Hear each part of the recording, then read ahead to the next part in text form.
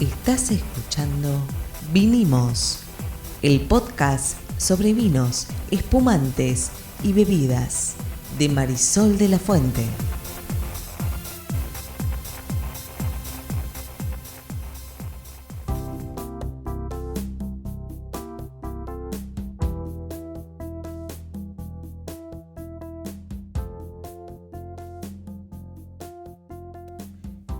Buenas, mi nombre es Marisol de la Fuente y soy Sol Sommelier. Y yo soy Ariel Torres y soy el que hace las preguntas de Neófito en este podcast sobre vinos y bebidas de Sol. ¿De qué vamos a hablar hoy, Sol? Vamos a hablar de la calidad del vino. Muy bien, un tema interesante. Salió por una pregunta que te hicieron, déjame adivinar. Sí, claro, hace unos días estaba haciendo una degustación y una de las personas que estaban participando me dice, ¿cómo defino la calidad de un vino? Y medio que me dejó como pensando un poco, ¿no? Porque la verdad, por primera vez me hicieron una pregunta que nunca me habían hecho antes. Uh-huh. Así que me puse a pensar un poco en esto y me pareció que era un tema interesante para compartir acá en el podcast. Sí, ¿y hay una respuesta corta? No. No, por eso vamos a hacer un podcast. Ok, muy bien. Y decime, ¿cómo definiríamos calidad en general? Voy a ser socrático en este podcast porque esto es muy subjetivo.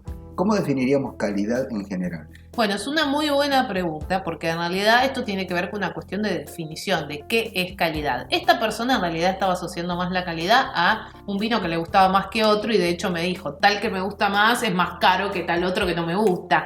Entonces es muy común confundir esta idea de que si un vino es más caro es de mayor calidad. En realidad los vinos, sin importar si son como en cualquier otra industria, un vino de entrada, un vino medio, un vino de alta gama, todos los vinos tienen que cumplir ciertos estándares de calidad.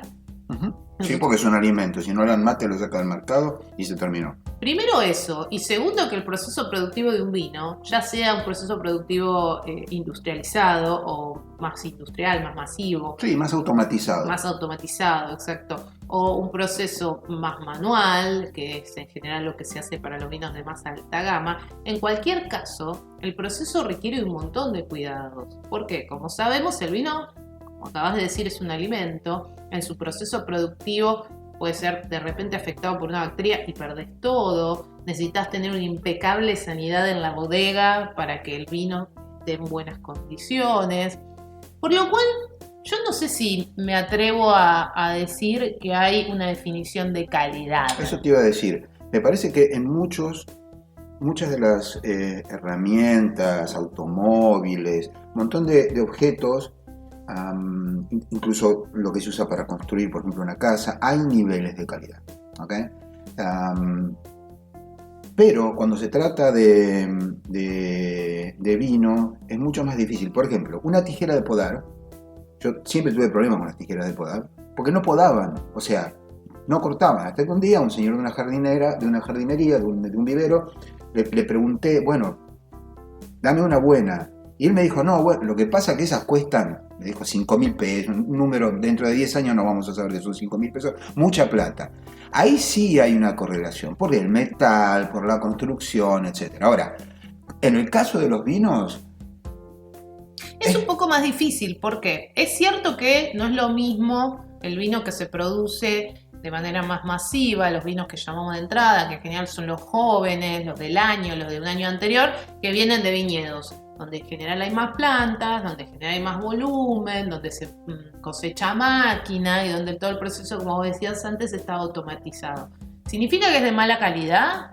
No, yo creo que no. Significa que está automatizado el proceso para darte un estilo. Yo creo que en vinos tenemos que hablar de estilos, no de calidades. Uh-huh. Es muy difícil hablar de calidad en el caso del vino, excepto por el hecho de que si el vino está malo, está malo.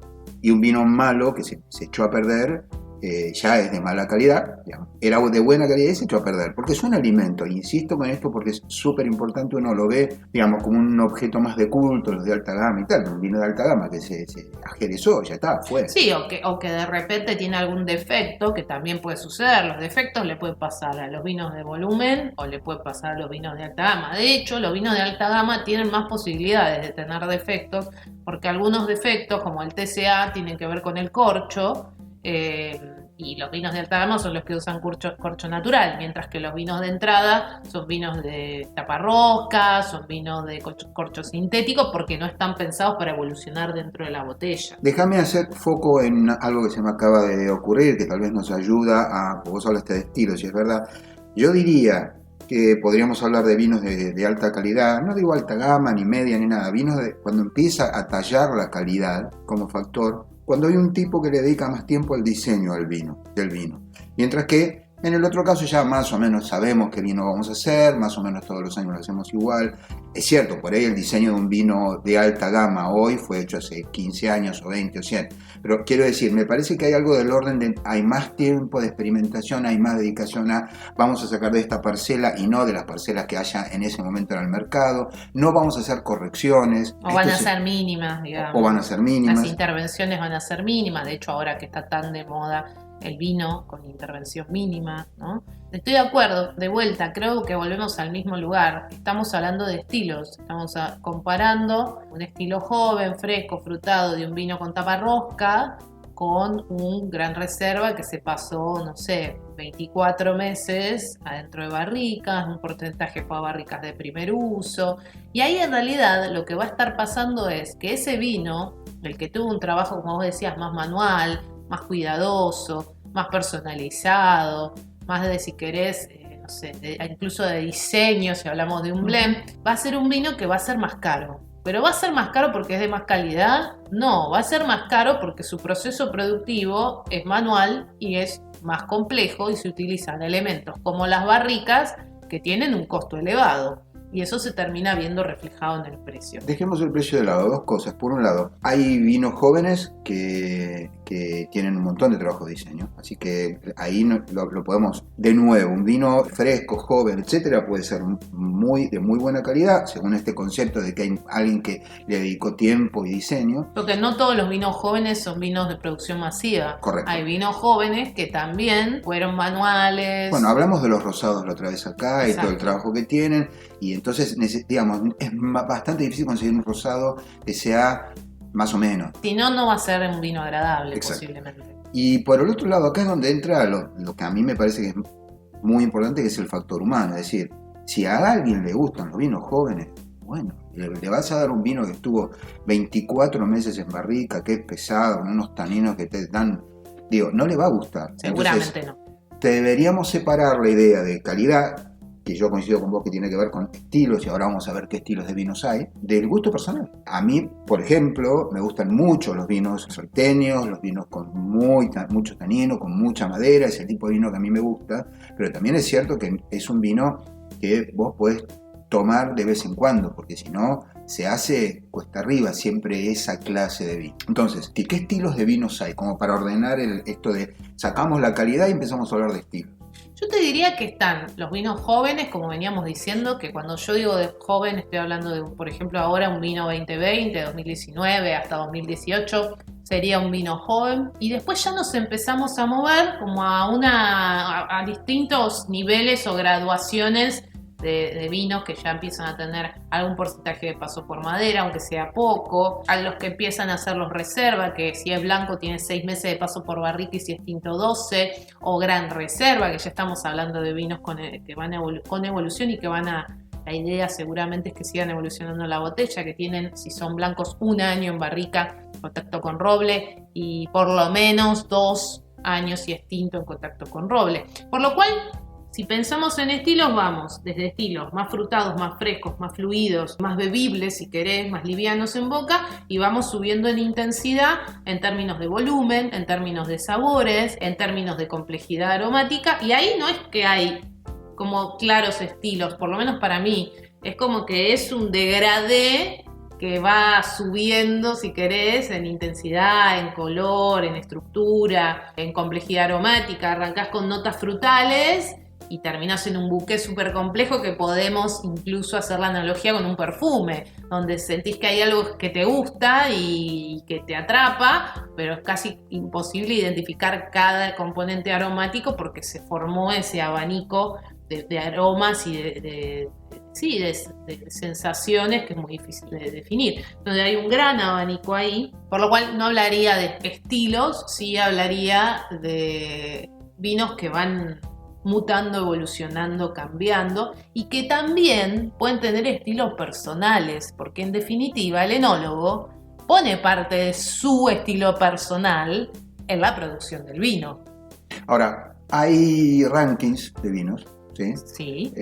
Hay gente que se dedica a decir, este vino tiene 90 puntos, 95 puntos, 100 puntos, no sé si termina en 100 o termina en 1000, no conozco la escala, no importa. Entonces, parecería que sí hay una calidad que algunas personas, digamos, sommeliers, expertos en vino, no lo sé, tipo que saben, pueden determinar.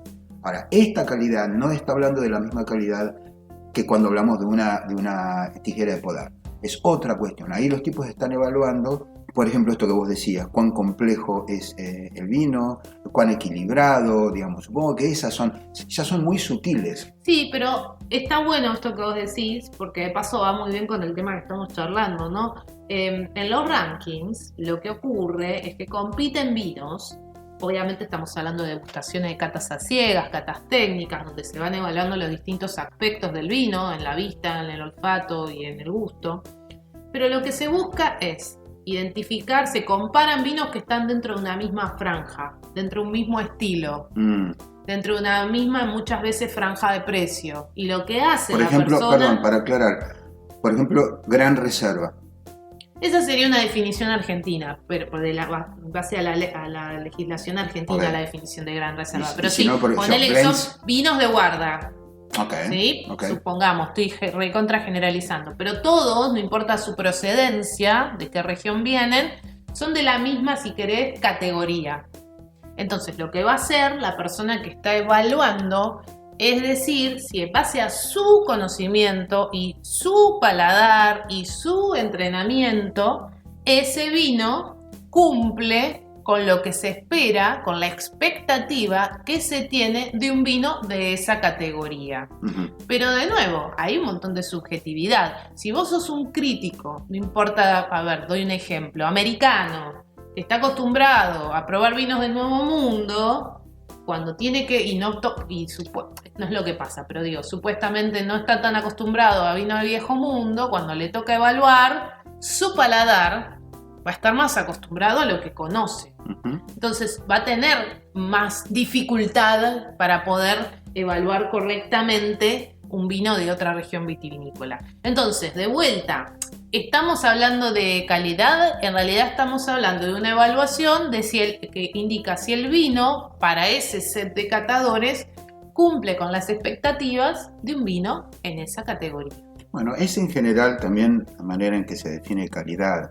Quiero decir, si vos vas a comparar automóviles, por ejemplo, no puedes comparar un sedán familiar con una Ferrari que costó $250.000. Exactamente. Entonces, vos podés comparar las calidades de algunos coches que de más o menos están cuando en está en esa la misma gama. Pero ahí tenemos el factor precio, que en el caso del vino me parece que no es significativo en muchos niveles. Nosotros hemos probado acá vinos que vos me decías, nada, este vino cuesta $5.000. De nuevo, $5.000 hoy son $50. Hoy en la Argentina, hoy, septiembre de 2020. Y la verdad es que comparado con un vino de por ahí la mitad de ese dinero, no... Sí, no llegas por ahí ni siquiera a identificar cuáles son las grandes diferencias. Entonces, digamos, de nuevo se nos escapa, se nos escurre de las manos la definición de calidad. Hay una calidad para el tipo que está haciendo un ranking, pero también hay una calidad para la persona que se enamoró de un vino y le gusta, y fin, y para él ese vino está bueno. Totalmente, por eso me pasa algo que a mí me mata, que es cuando escucho, y me van a odiar por ahí algunos de los que están escuchando, esta idea de este vino es una excelente relación precio-calidad.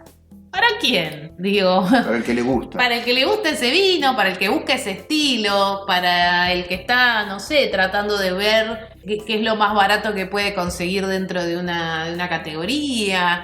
Pero digo, me parece, así como no me parece evaluar un vino por su precio y decir si es más caro es mejor, porque no es real, y como en cualquier otra industria hay mucho laburo de marketing y las grandes marcas muchas veces definen puntos de precio que están asociados a su capacidad de comunicar y su capacidad de estar en los determinados puntos de venta. A la inversa es lo mismo. Digo, ¿vas a evaluar un vino porque es más barato que otros de su categoría? Me parece que cualquiera de las dos puntas no es la forma de evaluar un vino. El vino te gusta o no te gusta, es del estilo que te gusta o no te gusta, y va a ser mejor o peor para vos, o lo vas a considerar más rico o menos rico, dependiendo de tu paladar. Exactamente. El paladar, sin embargo, todos sabemos, por lo menos los que tomamos vino de hace mucho tiempo, sabemos que el paladar también se educa, lo mismo que el oído, etcétera, etcétera. Bueno, a mí me ha pasado darle a alguien que no toma habitualmente un vino de altísima gama y que me diga que era un asco. Obviamente, para la persona que no está habituada a tomar un vino de muy alta gama, insisto, que es complejo, que pasó por mucho tiempo por madera, etcétera, y pues es pesado, es un vino que puede causar cierto rechazo. Convengamos en que esto nace como jugo de uva y de golpe se convierte en un vino que tiene una cantidad de descriptores increíbles y que tiene tanino y un montón de cosas que el jugo de uva no tiene, quiero decir, el jugo de uva. Más allá de que es evidente que el tema calidad es muy difícil de definir, por otro lado la calidad de un vino evoluciona con el tiempo en algunos casos.